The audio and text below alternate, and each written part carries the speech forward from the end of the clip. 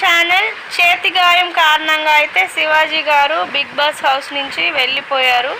ఇక శివాజీ గారి ఓటింగ్ అయితే ఎవరికి పడుతుందంటే ప్రశాంత్కి, యావరికి అయితే పడచ్చు.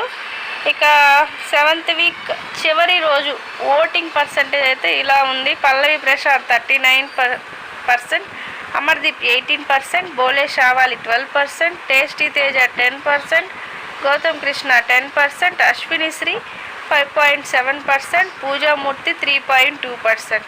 అశ్విని శ్రీ, పూజామూర్తి వీళ్ళిద్దరిలో ఒక్కరైతే ఎలిమినేట్ అయ్యే ఛాన్స్ ఉంది.